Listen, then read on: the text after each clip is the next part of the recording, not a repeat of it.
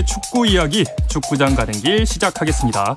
서호정 축구 전문 기자 그리고 축구 전문 매체 히든K의 류청 기자와 함께하겠습니다. 안녕하십니까? 안녕하세요. 안녕하세요. 네, 먼저 이 축구 대표팀의 아이슬란드전 이야기부터 해봐야 되겠는데 조금 전에 송민규 선수가 골을 넣었습니다. 좀 전반전 현재 상황을 좀 살펴볼까요? 네, 전반전은 일단 저희가 3백으로 나와서 시작부터 좀 신기하긴 했는데요. 초반에는 빌드업 미스가 조금 나오면서 네. 위기를 맞기도 했지만 전반 한 15분이 지나가면서 대표팀이 힘을 내기 시작했고요. 홍철 선수가 18분에 이제 결정적인 기회를 한번 맞았는데 왼발잡이인데 오른발에 걸려서 좀 아쉬운 상황이 있었습니다. 근데 방금 전인 전반 33분에 송민규 선수가 조규성 선수의 크로스를 머리로 받아 넣으면서 네. 1대0으로 앞서가고 있습니다. 네. 벤투 감독이 선발 라인업을 어떻게 좀 구성할지 여기에 좀 관심이 많이 쏠렸는데 선발진 어떻게 좀 꾸려졌습니까? 네, 전형은 3-4-3 포메이션이었고요. 공격에 왼쪽 송민규, 중앙에 조규성, 오른쪽에 권창훈 선수 이렇게 배치를 했고 네. 미드필더진은 왼쪽부터 홍철, 백승호, 정우영, 윤종규 그리고 뒤쪽에 있는 백스리 조합은 김영건, 권경원, 박지수 선수로 구성을 했습니다. 골키퍼는 김승규 선수가 출전을 했는데요. 제 기억이 맞다고 하면은 벤투 감독이 3백을 가동한 게 네. 작년 3월 그 좀 충격적이었던 0대3을 패배했던 네. 한일전 이후 처음이거든요. 오래됐군요. 그래서 사실은 선발 라인업이 나왔을 때 이게 어떤 변형적인 4-2-3-1 형태냐 정말 3백을 쓰는 것이냐 했는데 지금 현재 저희가 확인한 바로는 3백을 쓰고 있습니다. 네. 혹시 두 분은 그럼 이렇게 아이슬란드전 하기 전에 두 분이 생각했던 라인업과 좀 다른 부분이 있을까요? 오늘 실제 라인업과? 일단 3백을 들고 나오면서 그 중앙 수비수가 이제 3명이 나온 것이 조금 차이가 있고요. 그리고 미드필더 구성을 어떻게 할지 좀 궁금했었는데 네. 이렇게 3백이 나오다 보니까 2명의 미드필더밖에 나오지 않았고 양쪽 풀백들도 거의 비슷하게 나왔고 제가 생각하기에는 중앙 수비수가 한 명 더 나온 거 그리고 오른쪽에 이제 윤종규 선수가 나온 것 정도가 제 생각하고 좀 다른 것 같습니다. 서호정 기자님은요? 그러니까 3백을 썼다는 부분이 상당히 좀 의미가 큰 게 뭐냐면은 그러니까 작년 3월이 마지막이었다고 하는데 작년 3월에는 당시 코로나로 인해 가지고 우리 대표팀 선수들이 다 일본으로 가지 못하면서 네. 궁여 지책으로 이제 벤투 감독이 3백을 썼다면은 네. 오늘은 이 경기가 이제 본선으로 가기 전 마지막 연습인데 네. 거기에서 3백을 꺼냈다. 이것은 과연 상대 팀들을 좀 속이기 위한 전략인지 아니면 정말 본선에 맞춰서 우리가 과감하게 3백을 쓸 것인가에 대한 부분인데 지금까지 경기 상황을 본다면 벤투 감독의 머릿속에는 본선에 3백의 구상이 있는 것 같습니다. 류청 기자님도 그러면 이런 식으로 좀 예측을 해본다면 어떤 식으로? 저는 좀 수비적으로 단단한 걸 좀 노리지 않나라는 생각이 듭니다. 어쨌든 간에 송민 선수가 월드컵 엔트리에는 포함되기로 했지만 부상 상황이 있고 월드컵에서는 어쨌든 벤투 감독이 다른 축구를 보여주겠다고 얘기한 바가 있기 때문에 네. 플랜 A는 아니더라도 3백도 염두에 두고 있는 게 아닌가라는 생각을 좀 하게 됐습니다. 네네. 이제 월드컵 최종 명단 발표가 하루 남았잖아요. 국내와 또 아시아 팀 소속 선수로 최종 점검에 나서는 경기인데 선수들 사이에 좀 긴장감도 좀 있을 것 같아요. 네. 내일 오후 1시에 이제 벤투 감독이 직접 월드컵에 가게 될 26명의 멤버를 발표를 합니다. 근데 지금 현재 유럽파들이 오지 않은 가운데 27명의 선수들이 소집돼 있거든요. 네. 그렇다면 적게는 8명에서 크게는 한 10명 정도까지도 교체가 될 수 있다 이렇게 볼 수가 있는데 그렇기 때문에 오늘 그동안 좀 대표팀 내에서 입지가 확실히 굳어지진 않았었지만 네. 기회를 얻은 선수들 가령 예를 들면 송민규 선수라든가 네. 그리고 지난 9월부터 벤투 감독이 계속 기회를 주고 있는 윤종규 선수 그리고 오늘 3백 쪽에서 오른쪽을 맡고 있는 박지수 선수 이런 선수들이 오늘 지금 경기력을 어떻게 어필하느냐에 따라서 마지막 당락이 또 결정이 될 수가 있습니다. 또 오늘 경기에 임한다고 해도 좀 불안할 수 있는 선수들도 있잖아요. 네. 근데 벤투 감독의 성향상 오늘 경기에 나온 선수들은 월드컵으로 갈 확률이 좀 높아 보이고요. 높다. 예. 네, 벤투 감독은 실험을 한다고 해도 훈련장에서 하고요. 자신이 생각하는 가장 정예들을 내보내기 때문에 제가 봤을 때는 오늘 나온 선수들은 불안감이 좀 줄어들겠지만 오늘도 부름을 받았지만 경기장에 들어가지 못한 선수들은 말씀하신 대로 이 불안감이 좀 커질 것 같습니다. 누가 좀 불안감이 커질 것 같나요? 제가 답을 드리면 지금 사실은 저희 취재진들이 가장 의문을 갖는 게 이 김태환 선수를 벤투 감독이 계속 지금 기용을 안 하고 있거든요. 네네. 오늘도 오른쪽 측면 수비에 윤종규 선수를 택했는데 사실은 이전까지의 예상이라고 하면은 양 사이드는 김진수, 김태환 조합으로 가는 것 아니냐라고 거의 강한 예상을 하고 있었는데 지금 네. 9월에 이어서 오늘 경기에서도 김태환 선수 선발이 없습니다. 네네. 이게 과연 저는 내일 어떤 결과로 이어질지 상당히 궁금합니다. 내일 또 확인을 해봐야 될 것 같습니다. 또 이게 손흥민 선수의 부상이 엄청 큰 변수가 됐잖아요. 공격 자원의 점검도 좀 필요하지 않을까 싶은데요. 네, 일단 플랜 B는 벤투 감독이 없다고 했지만 어쨌든 축구는 골을 넣어서 이겨야 되는 경기이기 때문에 그 공격전에 대한 계속된 점검이 필요하고요. 다만 그래도 이제 공격은 한 번에 뭐 드리블이나 개인 능력으로도 그러니까 유사시에는 골을 넣을 수도 있기 때문에 오늘 그래서 공격진에 이제 3명을 선수를 쓴 것도 그런 부분을 좀 점검하기 위해서인 것 같습니다. 네, 그렇다면 좀 더 주목해 보면 좋을 선수들, 좀 어떤 선수들이 있을까요? 역시 앞서 얘기해 주셨지만은 지금 손흥민 선수의 부상 여파가 본선에서 어떤 영향을 미칠 것인가.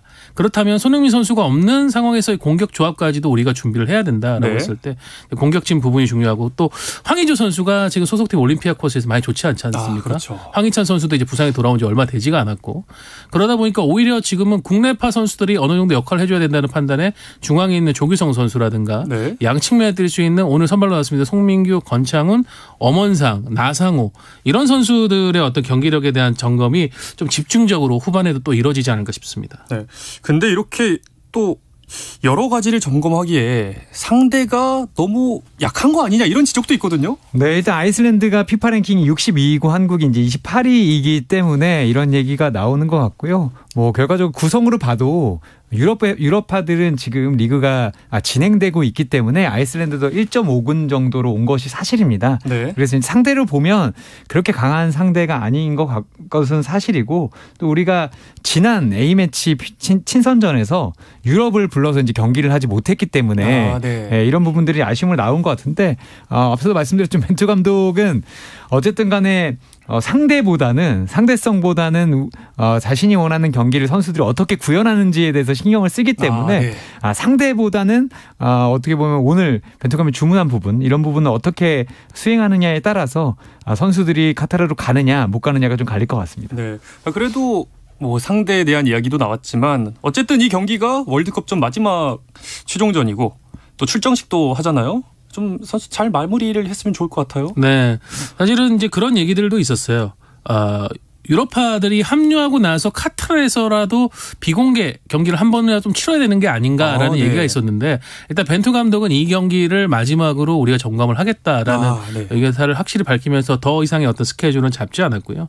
말씀해 주신 것처럼 이제 어쨌든 좋은 분위기로서 그리고 기대감을 갖고 있는 분위기로서 가는 게 중요합니다. 왜냐하면은 출정식에서 패할 경우에는 아무래도 미디어도 그렇고 팬들도 그렇고 여론이 좀 불안해하잖아요. 네네. 그렇게 되면 대표팀도 남은 시간 동안 이 첫 경기를 준비하는 데 있어서의 그런 흔들림이 발생을 할 수가 있습니다. 그래서 오늘 경기 일단은 잘 마무리하는 게 중요할 것 같습니다. 그리고 또 내일 최종 엔트리가 발표가 되는데 어제 기자회견을 보면 손흥민 선수는 거의 무조건 뽑겠다 약간 이런 느낌이던데요. 네, 맞습니다. 뭐 당연히 최종 엔트리에 선발할 것이라고 이야기를 했고요. 뭐 손흥민 선수도 1%의 가능성만 있으면 뛰겠다고 한 상황이라서 손흥민 선수가 일단 엔트리에 포함되는 것은 기정사실화된 것 같습니다. 네네. 다만 수술을 한 지 얼마 되지 않았기 때문에 회복 상황에 따라서 가서 얼마나 뛸 수 있을지는 가봐야 알 수 있을 것 같고요.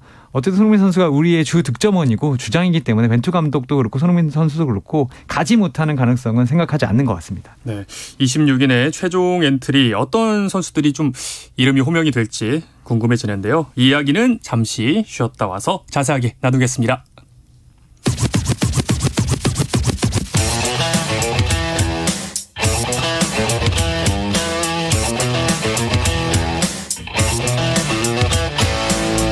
짜릿함이 살아있는 시간 한상헌의 스포츠.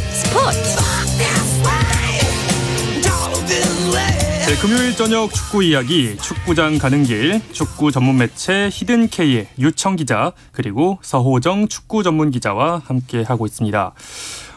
이제 후반전이 된다면 라인업에 좀 변화가 있을까요? 제가 보기에는 측면 윙백 선수들이나 공격진에서 변화가 좀 있지 않을까라는 생각이 듭니다. 아까 앞서도 얘기했지만 조금 벤투 감독이 선발을 고민하고 있는 포지션이 그런 네. 부분에 좀 집중이 돼 있기 때문에 아마도 그런 변화를 주면서 공격적으로나 수비적으로 좀 조직력을 볼 것 같고요. 지금 아마 그 교체로 있는 이 포지션에 있는 선수들은 아마 불안감이 좀 크지 않을까라는 생각을 해봅니다. 후반전이 됐는데도 내 이름이 호명되지 않는다. 네. 그러면 조금은 불안감이 커질 수도 있겠네요. 어쨌든 뭐 선수들의 점검도 뭐 45분 정도면 뭐 끝이 난다 이런 얘기인데 그렇다면 이번엔 최종 엔트리를 한번 좀 예상을 해보겠습니다. 먼저 골키퍼는 확정이 됐다고 볼 수 있을까요? 역시 뭐 김승규, 조현우 두 선수는 이제 확실한 안정권에 있다고 볼 수 있고 송범근 선수 그리고 구성윤 선수 중 누가 가느냐인데 지금 뭐 많은 쪽에서는 이제 송범근 선수가 유력하다고 보는 것 같습니다. 네. 구성윤 선수가 아무래도 최근에 어떤 실전 경험, 그러니까 삿포로와 이제 계약을 하긴 했습니다만은 지금 선수 등록이 되지 않았기 때문에 실전 경험이 좀 많이 빠졌었거든요. 네. 그러다 보니까 조현우, 김승규, 송범근 3인 체제로 가는 것이 좀 유력하다고 보는 상황입니다. 네, 이어서 수비진을 한번 보겠습니다. 일단 뭐 김민재 선수는 뭐 붙박이라고 이렇게 뭐 박혀 있는 디폴트라고 생각을 해보고 나머지는 좀 어떻게 구성이 될까요? 일단 뭐 김영권 선수도 당연히 이제 갈 가능성이 커졌고요. 저는 사실 권경원 선수, 박지수 선수, 조유민 선수의 구도가 어떻게 될지 예. 상당히 궁금했는데 오늘 권경원 선수, 박지수 선수가 나왔기 때문에 네. 조유민 선수가 조금 멀어지지 않았나라는 생각을 해보고 측면에서는 김문환, 김진수, 홍철, 김태환 선수 갈 것 같은데 오늘 윤종균 선수가 나왔기 때문에 오른쪽 두 명이 바뀔 수 있다는 가능성이 조금 커지지 않았나라는 생각도 좀 해봤습니다. 서호정 기자님은 좀 어떻게 생각하십니까? 여기에 대해서. 뭐 센터백 조합은 이제 보통 이제 벤투 감독 같은 경우에는 오른발잡이 2명, 왼발잡이 2명을 선호하는데 뭐 김민재 선수는 오른발잡이에서는 가장 뭐 확실한 선수고 왼발잡이도 지금 김영근, 권경원 선수밖에 없습니다. 네. 뭐 저도 유청 기자의 의견대로 오늘 박지수 선수 선발로 나왔기 때문에 박지수 선수 조금 더 유리해진 것 같고요. 저도 이제 사이드백 쪽, 그러니까 풀백 쪽은 5명이 간다고 생각하는 이유가 뭐냐면은 좀 지금 우리 대표팀의 측면 수비수들이 과거와 달리 뭐 과거의 송종국이랑 이영표처럼 멀티플레이어들이 좀 아닙니다. 그냥 아예 이제 측면 수비만을 보는 자원들이거든요. 그래서 제가 볼 때는 여러 상황을 봐서 5명을 데려갈 것 같은데요. 5명. 네, 실질적으로 지금 뽑은 선수 중에 박민규 선수를 제외한 김진수, 김문환, 김태환, 윤종규 그리고 홍철 선수 이렇게 갈 것 같습니다. 네. 이어서 이번엔 또 중원이죠. 미드필더진도 한번 보겠습니다. 어느 정도 좀 윤곽이 드러나 있지 않나요? 지난 9월 평가전에 12명을 불렀었는데 저는 이 12명 중에서 1명 정도만 바뀌지 않을까라는 생각이 듭니다. 1명 정도? 양현준 선수가 왔었는데 아마 이제 이때는 이 부상으로 다 오지 못했던 엄원상 선수가 가지 않을까라는 생각을 해봅니다. 그렇게 되면 정우영, 백승호, 손준호, 황인범, 이재성, 권창훈 그리고 프라이브루크에 뛰는 정우영 선수가 하나 더 있고요. 그리고 이강인, 손흥민, 황희찬, 나상호, 엄원상까지 한 12명의 선수가 가지 않을까라고 예상해 봅니다. 네. 그리고 조금 전 대한민국 대 아이슬란드 평가전 전반전이 1-0으로 종료가 됐습니다. 후반전도 이어서 살펴보겠고요. 지금 기자님께서는 그러면 미드필더진 최종 엔트리 어떻게 생각하십니까? 저도 뭐 대동소이한데 저는 이제 마지막 차이는 그건 것 같아요. 지금 선제골 넣은 송민규 선수. 사실 송민규 선수가 여름까지 이제 경기 컨디션이 썩 좋지가 않아가지고 벤투 감독이 선호하는 스타일이지만은 좀 밀린 구도가 아닌가 싶었는데 지금 9, 10월에 경기력을 한참 끌어올렸고 오늘 또 A매치에서 모처럼 또 골까지 넣었단 말이죠. 네네. 이게 저는 벤투 감독에 상당한 영향을 주지 않았을까 싶어서 송민규 선수가 들어가는 부분이 유청 기자하고는 조금 차이가 될 것 같습니다. 네. 그리고 또 많은 분들께서 주목하시는 것 중에 하나가 이강인 선수의 발탁 이 부분인데 손흥민 선수의 부상이 조금 변수가 될 수도 있을 것 같거든요. 두 분의 생각이 또 궁금해요. 먼저 유청 기자님. 저는 앞서도 미드필더진에 이강인 선수가 데려간다고 봤고요. 이강인 선수 워낙 또 잘하고 있고 벤투 감독이 아마 9월에 부르지 않았으면 안 데려갈 가능성이 크다고 봤겠지만 9월에 일단 불렀고 출전은 못했지만 어쨌든 이강인 선수의 특장점이 있기 때문에 손흥민 선수가 없는 상황이라는 것을 가정했을 때 오히려 더 데려갈 가능성이 커졌지 작아지지 않았다고 보고 있습니다. 이렇게 좀 내부 정보라든가 관찰을 좀 깊이 했다면 그런 부분이 있을 거예요. 9월에 경기는 뛰지 않았지만 연습 때 벤투 감독이 이강인 선수하고 굉장히 많은 얘기를 하고 주문을 하고 세트피스라든가 이런 뭐 역할을 계속 맡겼거든요. 네. 그러니까 경기를 뛰지 않았을 뿐 벤투 감독이 어떤 이강인 선수가 대표팀에서 해야 될 역할에 대해서 확실히 주지를 시켰다고 봅니다. 예. 저는 약간 히든카드라고 생각이 되고요. 또 현실적으로 보면 뭐를 생각해야 되냐면 우리가 상대해야 되는 팀, 특히 포르투갈과 우루과이에는 중원에 굉장히 창의적이고 파괴적인 그러니까 이강인 선수하고 유사한 스타일의 선수도 있습니다. 예를 들면 우루과이 같은 경우는 발베르데 선수가 있고 포르투갈 같은 경우에는 베르나르도 실바라든가 페르난데스 선수 이런 선수도 있잖아요. 그러니까 그런 선수들을 가상적인 역할을 하면서 우리가 전술적 준비를 할 때 이강인 선수에게 그 선수들의 역할을 좀 대체시킬 수가 있거든요. 그런 어떤 최소한 훈련 파트너를 위해서라도 저는 이강인 선수는 데려간다고 봅니다. 네. 이번에는 최전방으로 가보겠습니다. 황의조 선수를 또 뺄 수가 없잖아요. 네, 황의조 선수와 당연히 조기성 선수가 갈 것으로 보이고요. 다만 이제 26명이 됐기 때문에 이번에 이제 합류한 오영규 선수를 데려갈 것인가. 네, 그 정도가 이제 변수로 남았는데 그거는 오늘의 경기를 보면 좀 알 수 있지 않을까 싶습니다. 그렇네요. 네. 저는 이제 황의조 조기성 선수가 간다고 보고요. 오영규 선수는 아마 오늘 출전하기는 아주 확률상 쉽지는 않을 것 같습니다. 쉽진 않다. 저는 오영규 선수 굉장히 높이 보는 편인데 그리고 손흥민 선수가 지금 부상으로 인해 변수가 발생했을 때 저는 영향을 받는 게 오영규 선수가 생각하는 게 아까 전에 송민기 선수 얘기를 해드렸잖아요. 그렇죠. 저는 엄원상 송민기 선수 다 갈 거라고 보거든요. 지금 손흥민 선수 부상으로 인해 가지고 그렇게 되면서 약간 오영규 선수가 자연스럽게 빠지는 그런 상황이 되지 않을까 싶습니다. 이 예상이 얼마나 맞을지 내일 밝혀질 텐데요. 일단 우리와 같은 조에 묶여 있는 포르투갈과 또 우루과이가 오늘 최종 명단을 또 발표를 했습니다. 먼저 1차전 상대 우루과이부터 좀 보면요. 수아레스와 카바니가 뭐 예상대로 월드컵에 출전을 하네요. 네, 조금 재밌게 표현하자면 우리가 아는 선수, 잘하는 선수들이 정말 다 들어갔고요. 그러니까요. 부상으로 조금 걱정했던 카바니라던가 아니면 부상으로 사실 월드컵이 무산됐다고 생각했던 수비수 아라우오 선수까지 모두 포함이 됐어요. 네. 그리고 최근에 유럽에서도 가장 잘하는 미드필더로 꼽히는 레알 마드리드의 발베르데 그리고 손흥민의 동료 로드리고 벤탄코르 이런 선수는 당연히 포함이 됐고 네. 우루과이 명단을 보면 우리가 알던 우루과이가 그대로 됐구나.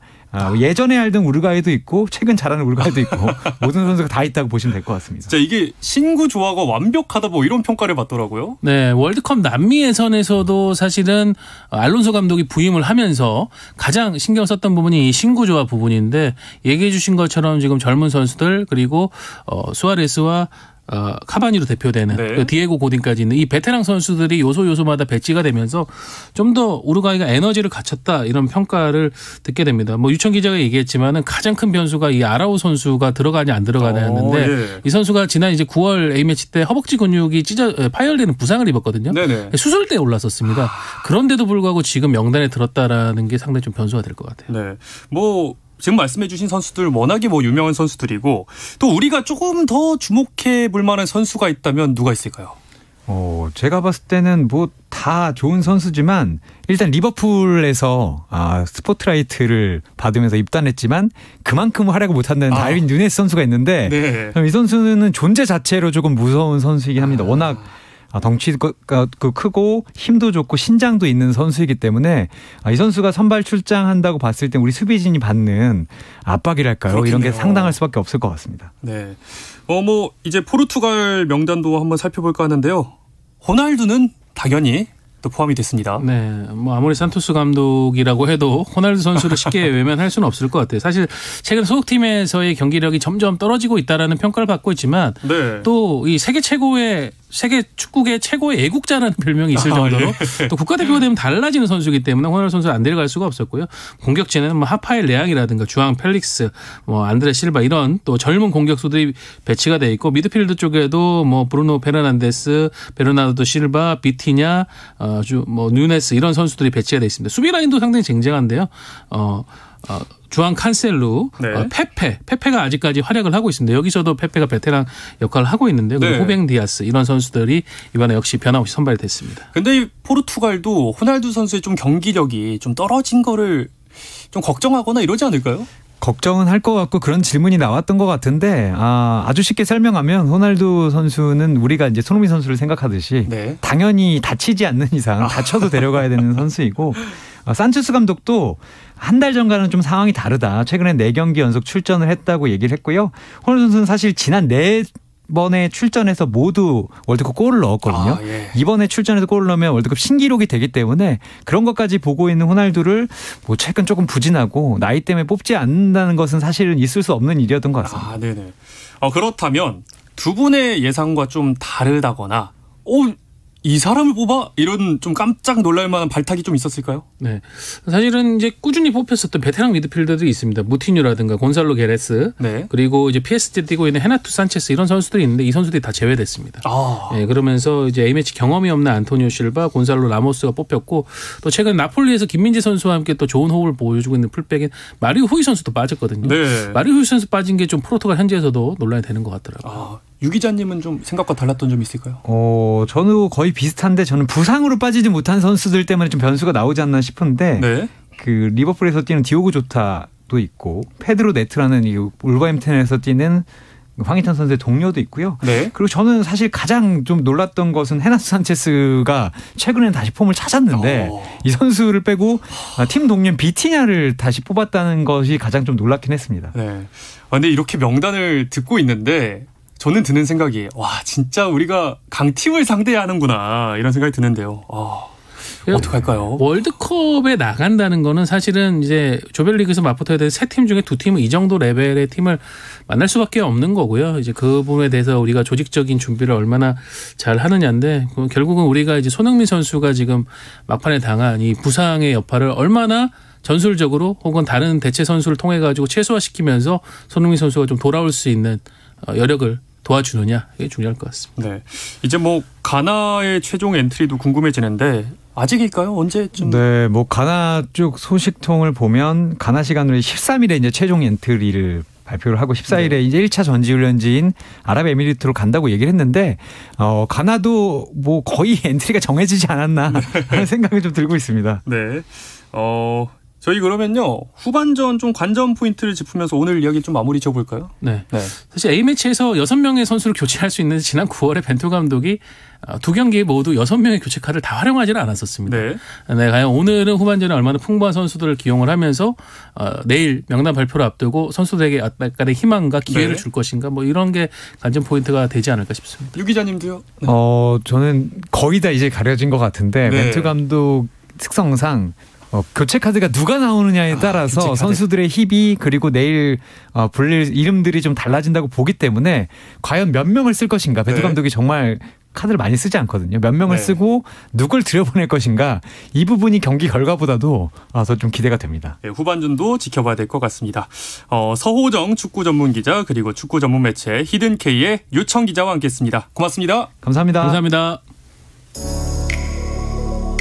스포츠는 9시 20분부터 함께 하실 수 있고요. 월요일 저녁 8시 30분에는 한상원 아나운서가 다시 돌아옵니다. 저는 아나운서 이광엽이었습니다. 스포츠.